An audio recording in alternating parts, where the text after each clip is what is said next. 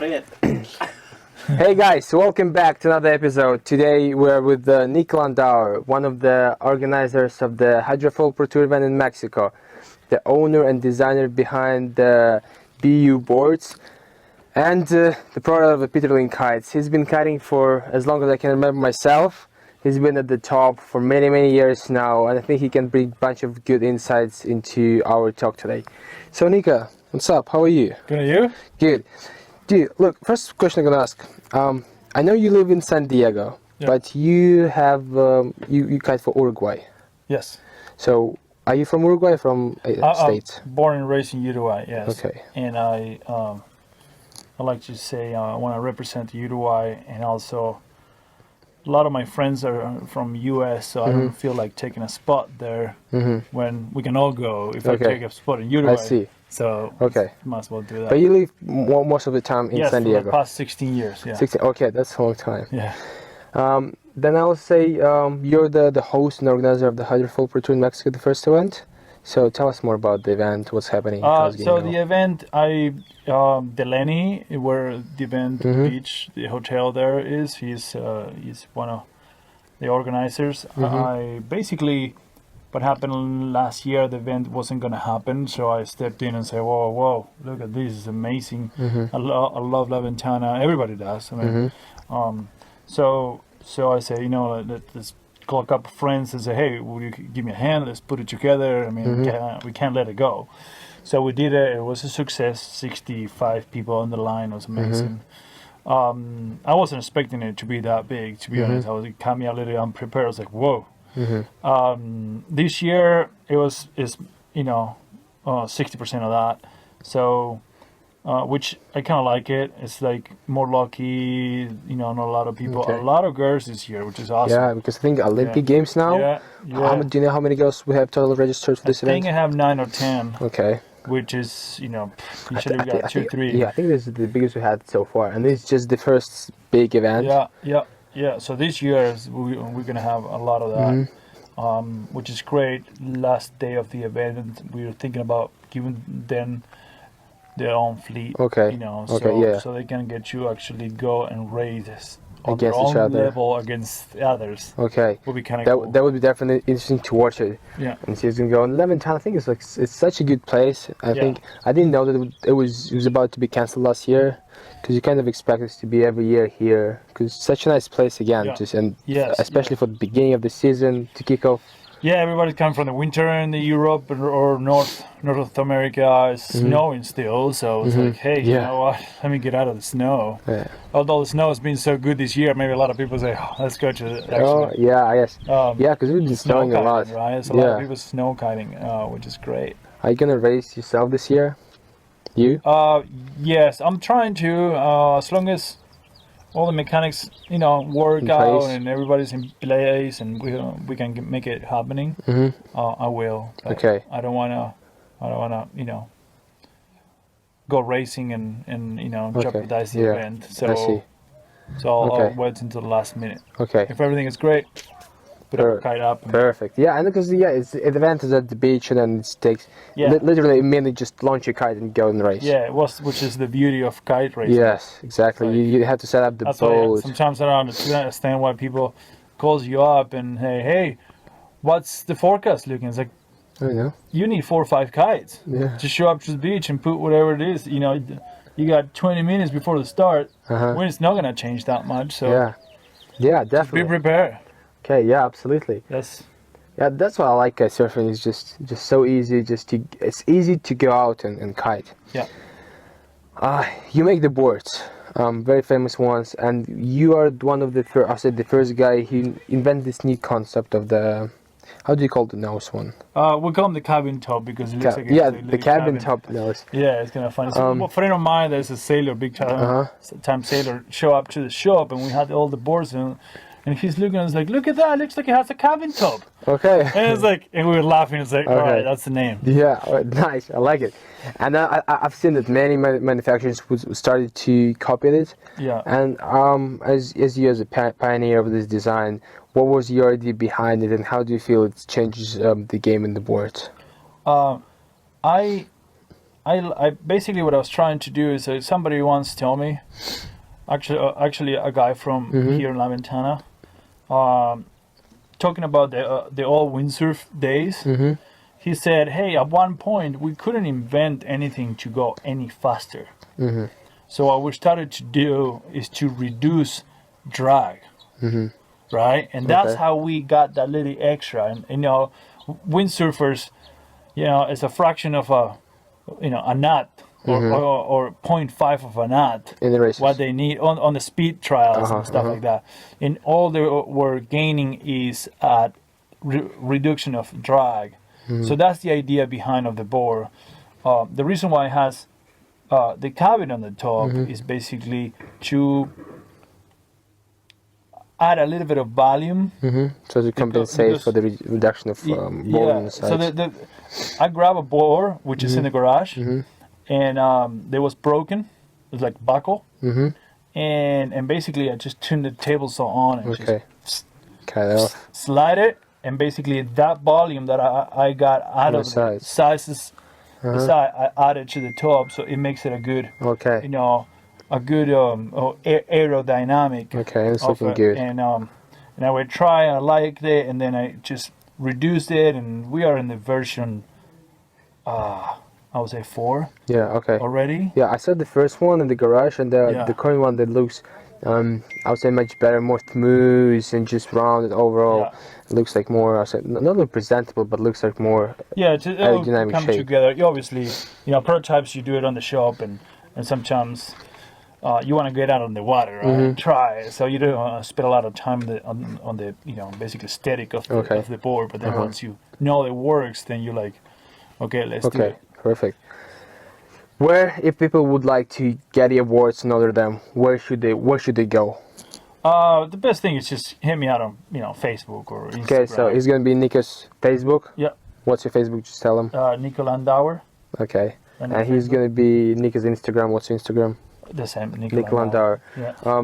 Do you have any specific email for the orders or website? No. Just hit you. Hit me you up. Tell me what you're looking for. A lot of what I'm trying to do now is to have boards already made.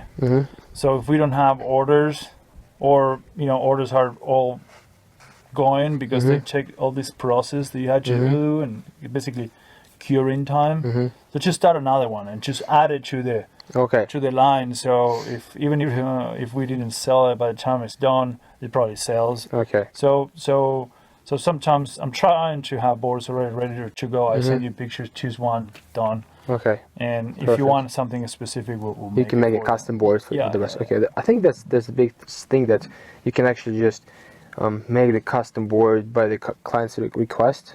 Yes. Because I think everyone has a different physique type, and not like every board would suit everyone. But then custom one is a big step. Yes, I try not to get too crazy about design and stuff, because it just it requires a lot of steps and painting and things like that. But at least color, you know, and a few different options. Okay. Maybe the footstrap positions, right? The footstrap positions, we have one, you know, template that what I've been using for a long time that I really like. But if you are looking for something more specific, for sure, and then we can do it. Okay, perfect. You write for the Peter Lynn kites for the last couple of years. Yeah, the last couple of years. So tell us more about them. I basically I got in touch with the designer. And where are they from? They are based in Netherlands. Netherlands. Yeah, and so I only talked to a designer, which is kind of cool. You know, I don't have to deal with any other marketing stuff. So that's because it's I wish I could just talk to the designer and be one-on-one, trying to sell you what you like, what you don't like. Yeah, so that's kind of, you know, I'm enjoying doing it, and it doesn't always work, and sometimes you get this disappointment that you design something and you just look at it on the computer and you're stoked and you put it out. Oh God. Okay. But it's just, you know, that's because you're trying something different and you go ahead of the, you know, trying to stay ahead. But and the major I think one of the major problems that most of the manufacturers have is manufacturing. Okay. Yeah. They go to China. It's like a massive production lines, and they build for everybody. So it's not like you own your own factory, you know. So, which Ozone do, and that's you know, they're lucky about it. But so I think that's one of the major deals, and then getting prototypes quicker and all that stuff. So the bigger the company, the more resources that they have. Are they planning to register the kites whenever the new registration cycle opens up? Yes, for sure. So we're working hard to get kites all lined up this year, and then so next year register. And what I think about the kites is that I actually think they're pretty good compared to Sonic Race, VMGs or Zones, because you line up really good with everyone, and also new F1. So I'm really excited to have them registered. See, I have some prototypes, and kites are I'm really stoked with them. You know, I have kites from last year event that I was using yesterday. Kites amazing. I see. It's still amazing from last year, and I haven't even tuned it. I mean, since last year. Okay. Oh, okay. I just put it up, and the thing goes. Yeah. And so that's kind of what we want. We want something that every time you put it up, it works right. It works. Yeah, exactly. And then, you know, the more you go to two-line kites, and the more you go into you know, high performance, the more maintenance that they have. Okay. So I mean, yesterday I was, you know, going out against all the guys, and I was like, just fine. I was just fine. Yeah, I was like, hey, this is, you know, it's easy. Well, yeah, you know, this is, you know, not easy, but I wasn't feeling like I had a less, you know, kite than they did. I was like actually the opposite. I felt like I had a kite that outperformed the other ones. Okay. So and it doesn't have all the two liners. It's, you know, it's just a more specific, which it gives you a better responsibility. You know, less maintenance basically. Yes, I understand it. Basically, you get the good kite, and it's just good.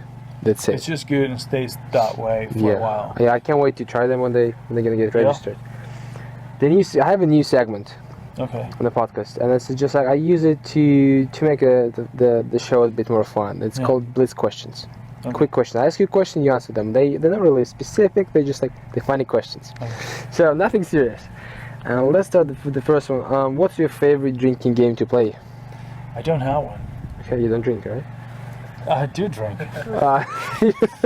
I just don't play games when I drink. I like to sit in the bar and have a drink. Okay. What's wrong with that? Okay. Tell me 3 things you remember from a kindergarten. Not want to go. The bus ride was pretty long. Okay. And I was stoked about December when you know, school's over. No. Okay, fine. Yeah. What's the sound of love? The sound of love. Yeah, you can actually make sound of love if you want to.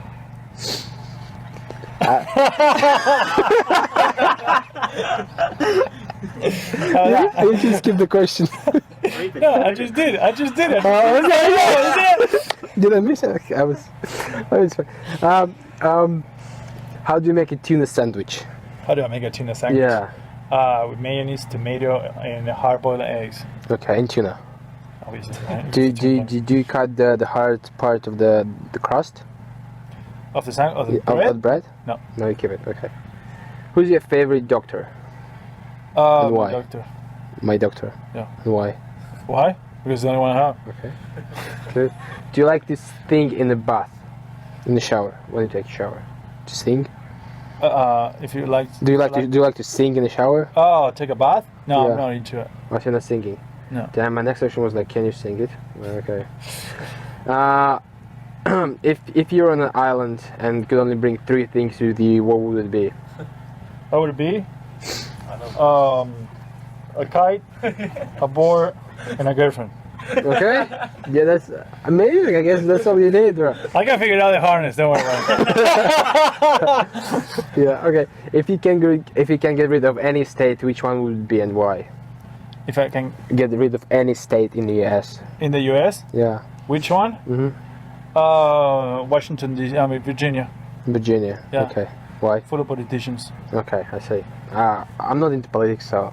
Yeah. Okay. Can you name 3 consecutive days without using the words Wednesday, Friday, and Saturday? Sunday, Monday, and Tuesday. Yeah. Any advice for your previous boss? From my previous boss. Yeah. Be honest. Be honest. Okay. Do you like pineapple on pizza? No, really. No, really. Okay. And what's your favorite day of the week? My favorite day of the week. I would say Monday. Monday, right? Get it done. I hate Mondays.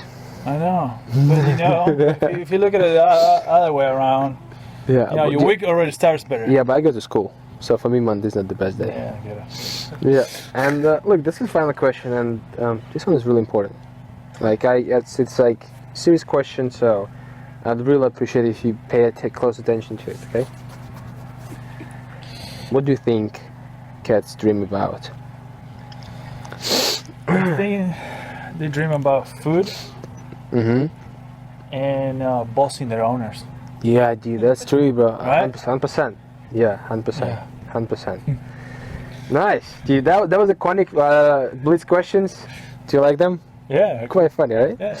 Okay. And we got some time. So, what's your favorite places to kite? Recently been, say, on the foil especially. Well, I love here, love in town. It's amazing. Mm-hmm. I mean, everybody comes here and they want all these windy conditions and everything. I actually enjoy, lighter winds here because the water gets a lot more Calm. It gets clear, Uh-huh. clear. So you can kite. You can see the bottom, Mm-hmm. and you can go everywhere. There's a lot less people in the water. It's just beautiful, pristine conditions. Mm-hmm. So that's kind of what I like. And other places that I like, well, I mean, anywhere that is, just a clear water and board shorts, right? But yeah, definitely. there's a lot of places in the Caribbean. Uh-huh. I went once to San Andres Islands where Ricky lives, Okay. and he has this pool, inside the reef. Uh-huh. It's amazing, turquoise water, flat water. I've seen the drone and the drone footage. It's amazing. Yeah, that place is insane. It's just hard you have to land somewhere else and go through the reefs, Mm-hmm. and then you get there. But Okay. but it's just insane. Okay. Yeah. So that's one of the Okay. places. Are you planning to do international events this summer and the fall?